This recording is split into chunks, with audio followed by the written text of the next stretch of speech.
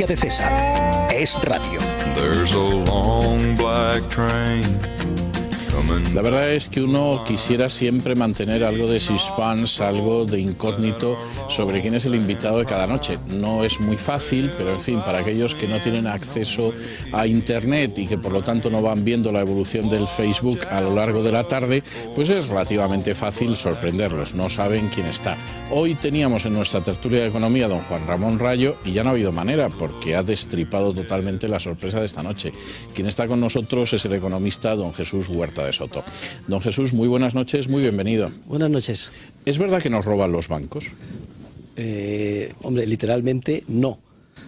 Lo que los bancos hacen es desarrollar un negocio que consiste básicamente en crear dinero de la nada a través del proceso de expansión crediticia, que para que lo entiendan los que nos están viendo consiste pues simplemente en que conceden un crédito que registran en su activo, siendo el colateral en el pasivo simplemente un apunte contable, crédito a depósito, y entregan al que recibe el crédito, digamos un empresario, un talonario para que pague. A su vez el empresario paga a sus proveedores, que como terminan siendo también clientes directa e indirectamente de bancos, pues a su vez depositan y así sucesivamente, ¿no?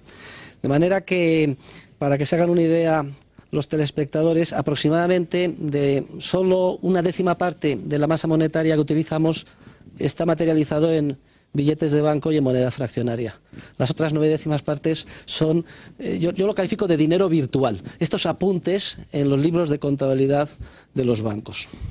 A pesar de lo cual tampoco quebramos todos los días. Es decir, esto a lo mejor no es tan grave, o sí es tan grave. Bueno, vamos a ver, esto es grave porque produce un efecto cíclico de expansión crediticia, de creación de créditos, cuyo colateral, repito, son depósitos que son dinero creados de la nada, y bueno, si los bancos ese dinero nuevo se lo gastaran en bienes de consumo, pues sería relativamente inocuo, el impacto afectaría nada más al precio de esos bienes, ¿no? El problema es que lo prestan, y al prestarlo conllevan a los empresarios un mensaje, una señal de que deben de invertir, como si el ahorro de la sociedad en general hubiera aumentado, cuando de hecho tal cosa no ha sucedido. Y entonces los empresarios se lanzan a invertir. Recuerden todos la época de la burbuja previa, incluso nos perseguían los banqueros para que aceptáramos sus créditos, ¿no? Y sin embargo los agentes económicos, los consumidores, siguen consumiendo al mismo ritmo, no deciden ahorrar.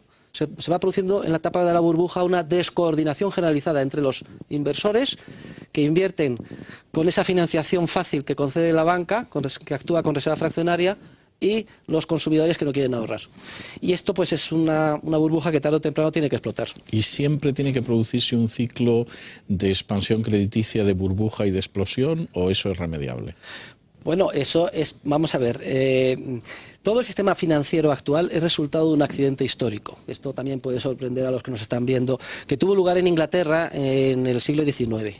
Concretamente, el 19 de julio de 1844 se promulgó la ley bancaria de Peel, Peel's Bank Act, que fue el modelo seguido por el resto de los países para diseñar su sistema financiero. De hecho, Inglaterra, pues, en la Revolución Industrial era el país líder, ¿no? Lógico. Entonces, Robert Peel detectó, porque Inglaterra era víctima de estos ciclos recurrentes de auge, expansión, burbuja y luego crisis financiera y recesión, ¿no?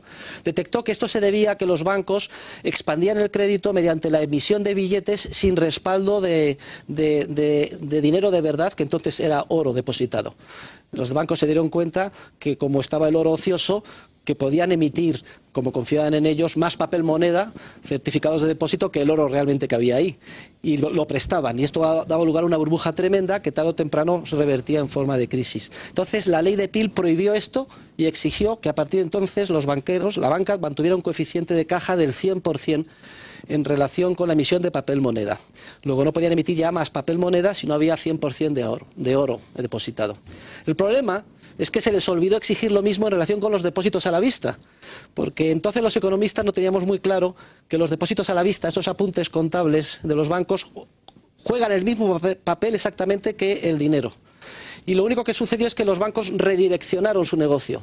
Hasta entonces se dedicaban a emitir papel moneda sin respaldo, pues pasaron a partir de entonces a emitir depósitos sin respaldo. La lógica desde entonces ha sido muy clara. La ley de Peel, a pesar de sus buenos intentos, fracasó ostensiblemente, continuaron las burbujas, cada X años venían mal dadas, había una corrida bancaria. Todos hemos visto Mary Poppins, hemos visto a los niños con las dos pelis, todos sí. Y entonces inevitablemente pues, hubo que crear un banco central, que en un primer momento fue el banco privado más importante, el Banco de Inglaterra, para generar la liquidez necesaria para apoyar a los bancos en esos momentos de apuro, ¿no? Claro, como el oro no se puede crear de la nada, pues hubo que introducir el papel moneda, dinero puramente fiduciario, y las leyes de curso forzoso para obligar a la ciudadanía a aceptar como medio liberatorio de pago ese papel moneda y no el oro, ¿no? Y así hasta hoy. O sea que es curioso que en pleno... A mí me parece increíble, ¿eh?, que ya en la segunda década del siglo XXI las economías mal llamadas capitalistas sigan asoladas por estos ciclos recurrentes de auge artificial, crisis financiera y recesión. Le vuelvo a preguntar lo de antes, ¿y eso tiene solución o estamos condenados a un samsara de burbuja, quiebra, recesión, etcétera? Vamos a ver, sí que tiene. Lo que a mí me gustaría dejar bien claro es que estas crisis y estos ciclos no son resultado de la economía de mercado. Es decir, no hay sector más intervenido que el financiero. Y no hay más que pensar un poco con espíritu crítico y recapitular la situación del sector financiero y bancario. El dinero nos ha sido expropiado históricamente, como he demostrado, y se nos ha impuesto un dinero público. Hay un órgano central de planificación que se llama Banco Central, que se empeña en fijar la oferta monetaria y además que Manu Militari, por decreto, establece el que debiera ser el más libre precio en el mercado, el más importante, que es el tipo de interés. Y luego hay una maraña inmensa de regulaciones en relación con el sector financiero. Si esto es una economía de mercado, pues que baje Dios, venga y nos lo diga. Esto es socialismo puro y duro. Y lo que está pendiente, después de la caída del muro de Berlín, es culminar, la última etapa que queda es aplicar los principios de la propiedad privada y de la economía de mercado al sector financiero. Y esto exigiría 3 medidas, básicamente, que si quieren les explico. Por favor.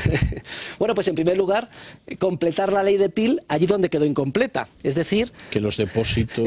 claro, exigir también el coeficiente del 100% en relación con los depósitos a la vista y equivalentes. Cuando digo equivalentes es que hay muchos depósitos a plazo que en realidad son depósitos a la vista, porque el banco sotoboche te dice que lo puedes retirar cuando quieras, Esto, por otro lado, es obvio, porque en cualquier depósito de cualquier bien fungible, lo entenderán los telespectadores, sea, pues yo que sé, un silo de trigo o una almazara de aceite, si el que lo recibe, que es el depositario, se apropia de una parte para sus negocios particulares, en el Código Penal está penado, con 4 años de cárcel, es un delito de apropiación indebida. O sea, es obvio que hay que mantener siempre el 100% de lo que se te da en depósito. Lo único que pasa es que los banqueros históricamente han logrado un privilegio para actuar al margen de estos principios generales del derecho. O sea que la primera medida sería exigir que la banca actúe como cualquier hijo de vecino, sometido a las mismas normas del derecho, que exige el coeficiente de caja del 100%. No parece fácil. ¿Cuáles serían las otras dos condiciones? Bueno, una vez que esto se hubiera llevado a cabo, ya podríamos eliminar la banca central, porque el órgano de planificación central financiero, que es el Banco Central, ya no sería necesario, ya no habría riesgo de corridas bancarias. Si va la gente por su dinero, siempre estaría allí. Se habría logrado separar dos negocios que ahora están mezclados y son incompatibles entre sí: el negocio de crear dinero y el negocio de intermediación financiera. Ahora, como están mezclados, cada vez que se invierte mal, pues resulta que afecta al sistema de pagos y al sistema financiero, se desmorona todo. Tiene que haber un banco central para que salve a los bancos cuando hay una crisis financiera. Con el coeficiente de caja del 100% ya no sería necesario el Banco Central, los tipos de interés los fijaría el mercado, ya no sería necesaria la maraña de regulación financiera que se quiere hacer, Basilea II, Basilea III, todo esto que solo ataca los síntomas, no las causas últimas. Y luego, además, los miles de funcionarios que valen mucho y que están en los bancos centrales se dedicarían, supongo, que a producir bienes y servicios de valor para los ciudadanos. Y luego quedaría una tercera pata de la reforma, y es quién sería responsable de emitir la base monetaria.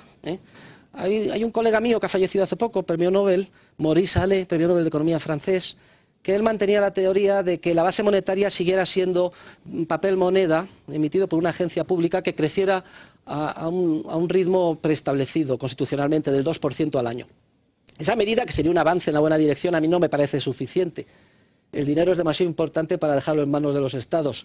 A la mínima que hubiera una necesidad, seguro que lo utilizaban para manipular ese poder y incrementar la cantidad de dinero a un ritmo superior, o financiar, yo qué sé, proyectos bélicos o cualquier, no sé, pretexto de solidaridad que se inventasen, ¿no? Por eso creo que sería imprescindible que la base monetaria pues volviera a ser lo que fue el dinero secularmente elegido de manera espontánea por la civilización a nivel mundial, que fue el oro, el patrón oro. Tiene una ventaja este patrón, que es primero, no es manipulable por ningún gobernante. Segundo, crece el stock mundial de oro en torno al 2% al año. Y luego es un sistema rígido, ni se expande ni se contrae, ¿eh? Vamos, salvo que se hunda un galeón español lleno de oro. Va a ser difícil en estos momentos. Hay una cosa que se me escapa. Si efectivamente los bancos tienen todo el dinero en el banco, es decir, no hay una serie de apuntes ficticios que crean dinero virtual, sino que ese dinero está en las bodegas o en los depósitos de los bancos. Y tanto usted como yo, como cualquier otro, lo puede retirar. ¿De dónde saca el banco el dinero para prestarlo? Bueno, vamos a ver, es que los bancos consolidarían al 100% los depósitos a la vista, nada más. Pero como intermediarios financieros prestarían con un diferencial, que sería su fuente de beneficio, lo que previamente se les hubiera prestado a ellos, bien en forma de depósitos a plazo de verdad, es decir, que durante el plazo no puedes disponer de tu depósito, sí, o bien emitiendo obligaciones, o bien gestionando fondos de inversión, etcétera. ¿Y eso no contraería mucho el crédito? No, eso lo que permitiría es que solo se invirtiera lo que previamente fuera ahorro real y genuino, y no como sucede ahora, que en las etapas de la burbuja se manda una señal como si hubiera mucho más recursos ahorrados cuando en realidad no los hay, y los empresarios se lanzan a invertir en un proceso de euforia, de exuberancia irracional, que decía el ínclito de Alan Greenspan. En esa etapa de la burbuja además es peligrosísima porque todo el mundo está muy contento, es como la droga, ¿eh? Recordemos que en la etapa de la exuberancia los empresarios están muy contentos porque consiguen financiación muy barata para cualquier proyecto por alocado que sea. Los trabajadores y los sindicatos también, porque hay una demanda tremenda de mano de obra. Los políticos ilusionadísimos, porque sin entenderlo ven cómo los ingresos públicos crecen como la espuma. Están dispuestos a financiar cualquier cosa. Incluso a lo mejor unir con un AVE todas las capitales de provincia, incluyendo las Baleares y Tenerife, y las Canarias, las de las Islas Canarias. Entonces, en esa etapa de burbuja nadie se atreve a pararla, ¿eh? Ningún banco central quiere ser responsable de haber sido un aguafiestas. Y es lo malo, que un sistema democrático es especialmente sensible a estos procesos que son tan perturbadores, ¿no? La democracia, para funcionar, necesita un marco de referencia que discipline a los agentes que participen en ella. Eso ya lo decían los griegos, claro, pero no tuvieron mucho éxito, ¿eh? Y sin embargo en España hemos dado un paso adelante, porque quizás sin ser conscientes nuestros responsables políticos, la entrada en el euro ha sido un paso en la buena dirección. Porque hasta ahora, cuando venía una crisis financiera y una recesión en España y en todos los países, Grecia, etcétera, se actuaba siempre haciendo lo mismo. Como lo que exige es la recesión, es el momento en el que el mercado descubre los errores que se han cometido en la fase previa. Por ejemplo, en el último ciclo, en relación con el sector inmobiliario y promociones inmobiliarias, etcétera, ¿no? 1 millón de viviendas que se han hecho y que nadie quiere. Y el mercado, pues, que es muy eficiente dinámicamente, se pone manos a la obra a tratar de reestructurar y reasignar los factores productivos hacia donde debieran estar. Y eso exige que bajen los precios, unos más que otros, de todos aquellos bienes que se han producido por error. Y eso es un proceso muy doloroso, que lleva tiempo y que notamos todos en forma de recesión económica. Y sin embargo es como la resaca, es la etapa ya de la recuperación. Claro, cuando teníamos autonomía monetaria, los gobiernos reaccionaban haciendo inflación, es decir, devaluaban la peseta, sí, de la noche al día nos expropiaban el 10 o el 20% de nuestras rentas y nuestra riqueza, los ciudadanos no se daban cuenta y salían tan contentos al día siguiente como si no hubiera pasado nada. Ahora, gracias al euro, tal cosa no es posible. Por primera vez en la historia de España tenemos que afrontar una recesión sin autonomía de política monetaria. Esto es una bendición de Dios, porque por primera vez en la historia los políticos han quedado en evidencia. Ya no pueden comprar votos financiando proyectos alocados bajo pretexto de, yo qué sé, de estado del bienestar, obras públicas, etcétera, sino que como no hay fondos y no se nos lo da el Banco Central Europeo, no tiene más remedio que tomar medidas de austeridad. Porque usted cree que realmente nuestros políticos van a tomar medidas de austeridad y no van a gastar más. No, porque en estos últimos años han gastado bastante más. Sí, porque en la época de la burbuja, vamos a ver, España... Cuando digo los últimos años me estoy refiriendo después de que el propio gobierno de Rodríguez Zapatero reconociera que había crisis. Es que, con todos los respetos, yo no quiero hablar de política. A mí me parece que los políticos son víctimas del propio sistema en el que viven. Se aprovechan de las etapas de la burbuja, se apuntan ellos el tanto como si las cosas fueran bien y luego sufren el desgaste cuando vienen las cosas mal, y me parece muy bien. Pero en realidad, digamos que la influencia sobre lo que sucede es relativamente pequeña, lo que pueden hacer. Es cierto que hay ¿Son juguetes del destino los políticos? ¿O? Sí, pobrecillos, si no entienden en dónde están metidos, si no saben de esto nada. Cuando van las cosas bien, piensan en la época de la burbuja que todo iba muy bien, cuando estábamos tomando decisiones erróneas y cavando, digamos, los fundamentos de la crisis que ahora nos asola. Fue entonces cuando cometimos los errores. Ahora es cuando se han descubierto. Entonces los políticos lo que necesitan es un marco que les discipline. Y si no existe ese marco... ¿Qué sucede cuando ese marco no lo obedece? Pues mire, voy a poner el ejemplo de España, para que no se diga que hablo de política, pero por ejemplo Grecia, pues daba lo mismo que hubiera un partido de derechas o de izquierdas, era, digamos, la quinta esencia de la demagogia. Pues bien, pues ya Grecia ha dejado de ser la quinta esencia de la demagogia. Se han tomado unas medidas porque es que si no, el país suspende pagos o es eliminado del euro. Y hay manifestaciones públicas, salen los griegos indignados, que si el estado de bienestar, que si me habían prometido esto o aquello, da lo mismo. Al final, al día siguiente, van todos a trabajar y sacar adelante a sus negocios, gracias a la disciplina del euro. Y de hecho ya están aumentando al 12 al 15% las exportaciones de Grecia a Alemania. ¿Y usted cree que realmente en el caso de España, en algún momento los políticos, forzados por la situación en la que estamos, van a gastar menos? Porque, insisto, lo que hemos visto en los últimos años es todo lo contrario. No me cabe la menor duda de que ya están gastando menos. A mí, por ejemplo, mi sueldo me lo han reducido un 5%, yo soy funcionario del Estado, se congelaron las pensiones, se ha hecho una reforma del sistema de pensiones que es muy tímida, paños calientes, pero que no se habría hecho nunca fuera de este contexto, dentro del famoso Pacto de Toledo, que yo más bien calificaría hasta ahora del Pacto de Silencio de Toledo. Se ha cortado el grifo en el gasto desbocado en obras públicas, subvenciones al cine, en todos lados. Es decir, hay una conciencia de que no hay dinero y hay que recortar, y eso está a nivel de todos los ministerios y todos los departamentos. Y esto es algo nuevo, inusitado en nuestro país. Y se lo debemos se lo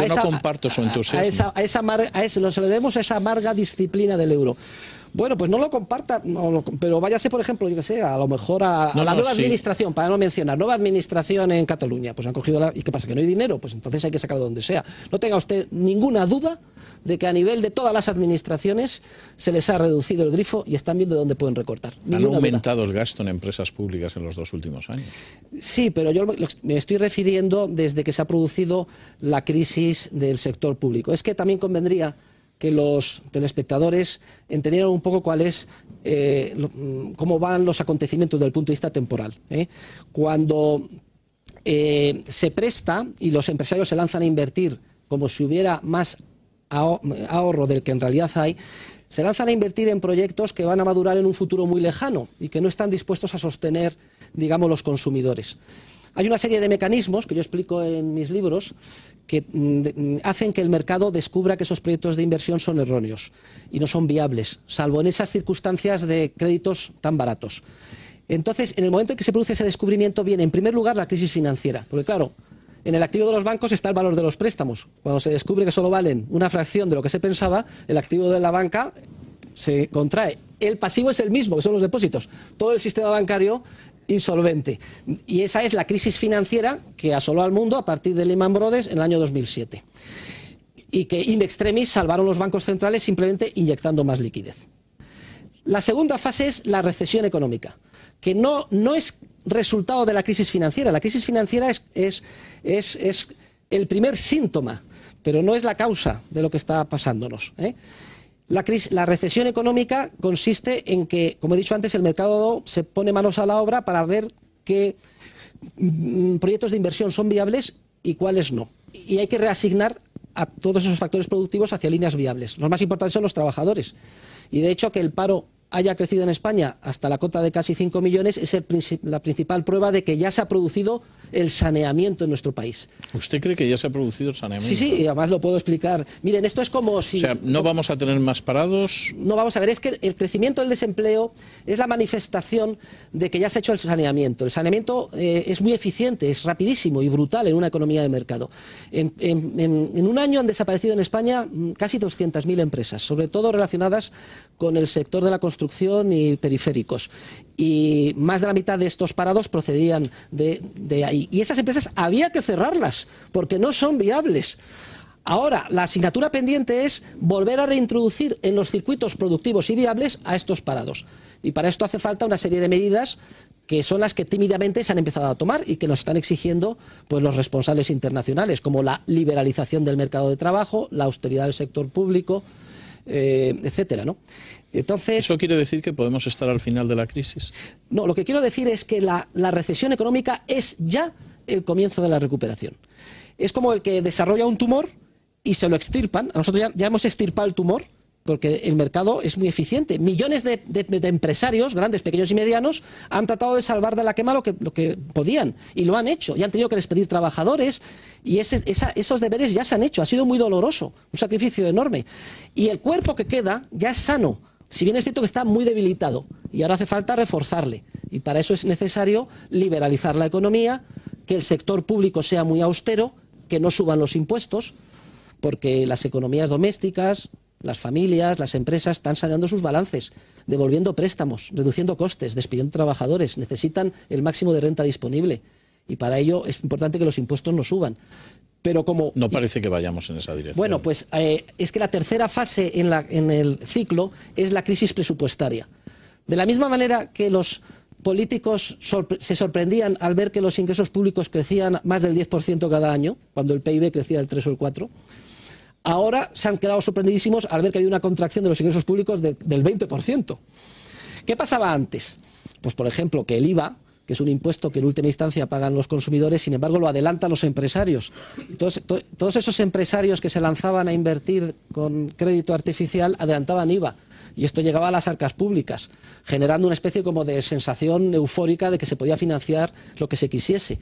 Nos metimos en un estilo de gastos que no es soportable para nuestra nación. No hay nada más que ver los miles de kilómetros que tenemos de AVE, que no tiene ningún país, o la T4, o para qué hablar de un aeropuerto que me parece que se ha hecho en mitad de la Mancha, etcétera, ¿no? No solo en mitad de la Mancha, hay alguno más. Entonces, cuando viene la recesión, sucede lo contrario, se desmoronan muchos proyectos empresariales, los ingresos públicos se agotan, hay más gasto, sobre todo por los estabilizadores automáticos, desempleo, etcétera, y es cuando se pone de manifiesto que no hay dinero y hay déficit y necesitamos acudir a los mercados internacionales para financiarlo. Y los mercados internacionales dicen, nanay de la China, o tomáis las medidas estructurales para recuperar la competitividad o no os prestamos.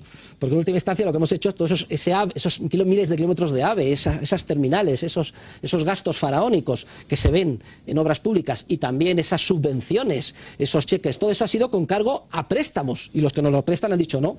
Tenéis que apretaros el cinturón. Y en esta estamos, y afortunadamente... ¿Usted cree, después de la última entrevista de Rodríguez Zapatero con Artur Mas, que en estas estamos? Es que, mire, a mí no me gusta hacer comentarios de tipo político, porque los políticos... No, yo lo entiendo, y entiendo que su desarrollo... Los políticos tienen que su desarrollo es muy brillante, pero en el plano teórico, porque yo intento contrastar eso con la realidad y lamento decirle que no me siento tan optimista. Vamos a ver, mire, los políticos... Pero puede que yo esté equivocado y le pido que me persuada. Sí, a ver si le puedo... Los políticos en un entorno democrático tienen que hacer lo posible para que les voten. Y si usted dice la verdad, pues pierde las elecciones. Entonces lo que hace es presentar las cosas de la manera más edulcorada posible, pero luego en la cocina se están haciendo los deberes. No tenga ninguna duda, entre otras cosas, porque si no suspendemos pagos... Tengo muchas dudas. Pues no tenga ninguna duda. Estamos haciendo los deberes y a marchas forzadas. Pero no nosotros. Grecia, que jamás los habría hecho en su vida. Y el caso de Irlanda también, aunque es un caso muy afectado por el sistema bancario. Portugal. Pero no solo han hecho los deberes estos países, también Francia y Alemania. También es curioso que en esta crisis ha habido dos modelos. El modelo manirroto de Barack Obama, si hablamos de política que sea lejana, no española, que ha sido a base de gasto público desbocado, prometer el oro y el moro, una reforma alocada de la seguridad social y del sistema sanitario, y keynesianismo. Resultado de todo esto, Estados Unidos no sale de la recesión a duras penas y el desempleo sigue siendo muy alto. Y solo la semana pasada ha dado un giro de 180 grados de realismo y ha anunciado medidas de austeridad, Barack Obama.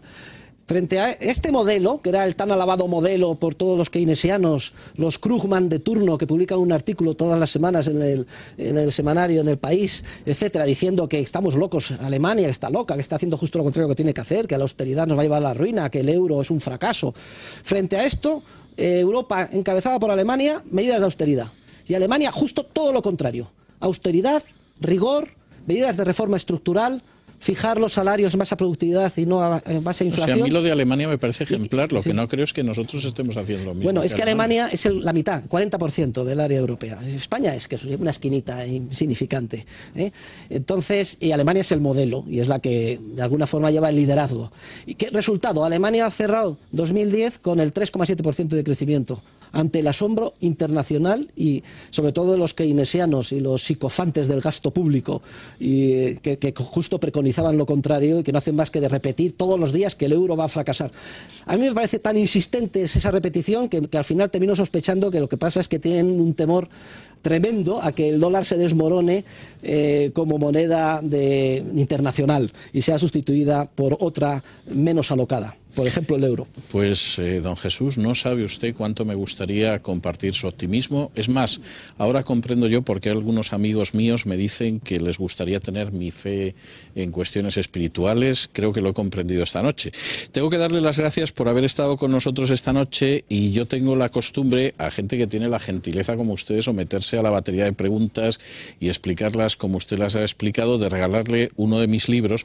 Siempre insisto en que, por supuesto, no están obligados a leerlos. Es un pequeño detalle por su amabilidad estando con nosotros, pero sí he escogido este, que es La ciudad del azar, porque en una parte de la novela hay una crisis presupuestaria, y hay una crisis presupuestaria precisamente porque el gobernante de turno gasta alocadamente más de lo que puede gastar, y llega un momento en que las finanzas se colapsan, precisamente no porque hiciera el AVE, pero vamos, hizo una ciudad preciosa de la que además, por desgracia, no nos ha quedado casi ninguna huella. Don Jesús, muchísimas gracias y muy buenas noches. Muchas gracias. Y nosotros hacemos una pausa y regresamos con nuestra tertulia de análisis político.